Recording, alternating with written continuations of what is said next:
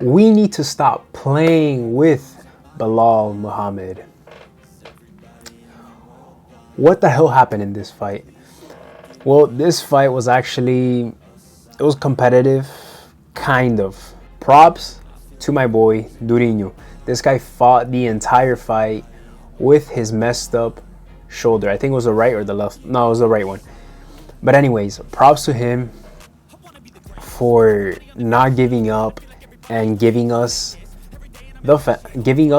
as fans a great fight. It was a good fight, although Belal Muhammad was dominant in this performance. It was a good fight. I mean, it lasted all 5 rounds. It wasn't an early finish or anything like that. And props to Durinho for not giving up, for not calling it quits. You know what I mean? So I was wrong in the prediction. I said Durinho was gonna win by dominant fashion. I underrated Belal Muhammad. And speaking of underrated, Belal Muhammad was underrated in this fight, not only by me and other fanatics, but also by Durinho and his team. Because, in my opinion, a big part of Durinho's injury was, well, he got injured in the first round when he did his takedown, when he did a takedown against Belal Muhammad, and he landed pretty badly. But I'd say that injury comes from the dehydration that went through Durinho's body, you know, during camp and all that stuff. And yeah, all the fighters go through this process. I get it. But hear me out. Durinho fought Masvidal like a couple weeks ago, you know, like 3 weeks ago, around that, or like a month ago. That's pretty soon, you know. So I don't think Durinho gave himself the time to recover his body, you know, to heal any injuries he had in the Masvidal fight, and that cost him in this fight.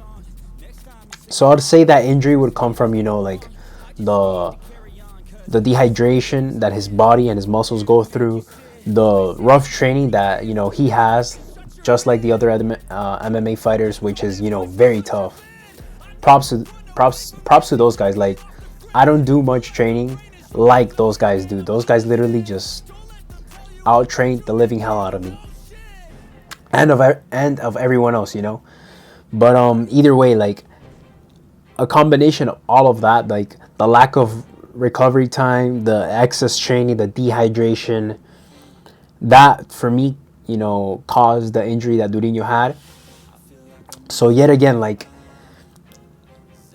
it was a fail from his part and his team, because his team didn't, you know, advise him correctly. They didn't tell him, like, bro, you need to, like, recover, you know, take a few more months and then go fight again, because this fight he lost, and all the good things he had, you know, all that hunger, all those steps from the great fight with Chimaev, the fight against Masvidal, all of this, or the win against, you know, Wonderboy Thompson, and the submission against Neil Magny, all of that just went to trash, and now he has to restart and go again.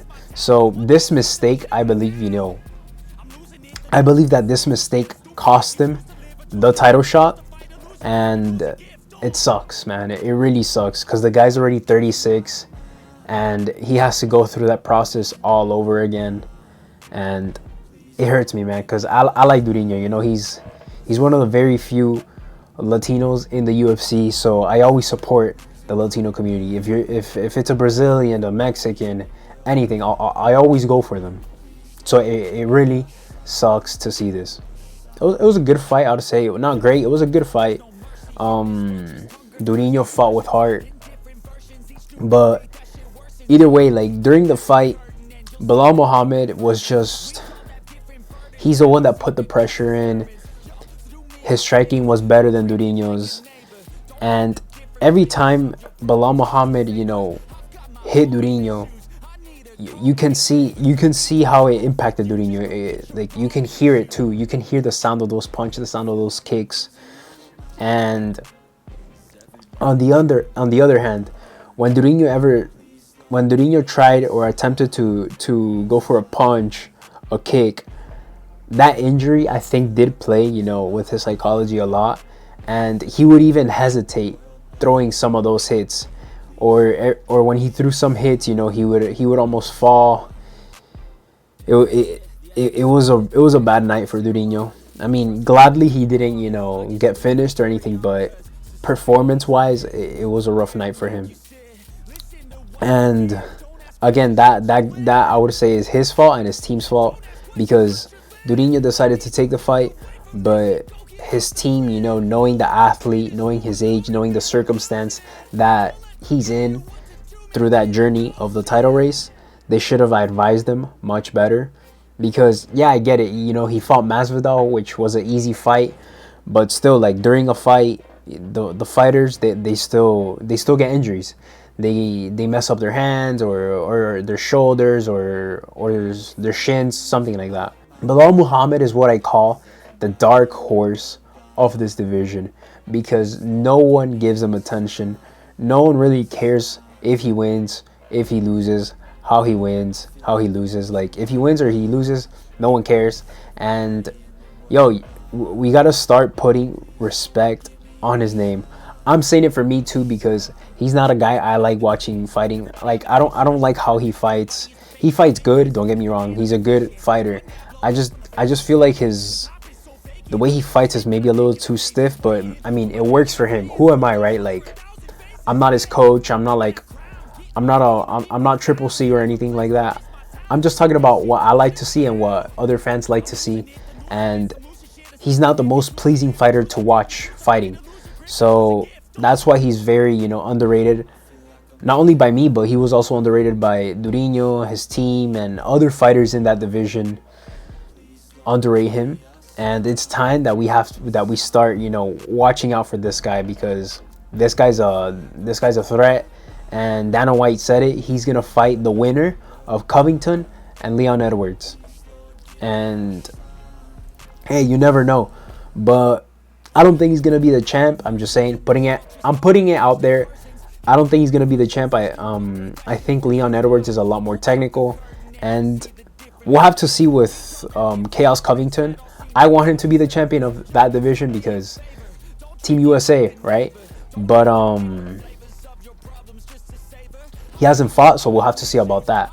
But yeah, man, it's time we put respect on Belal Muhammad's name.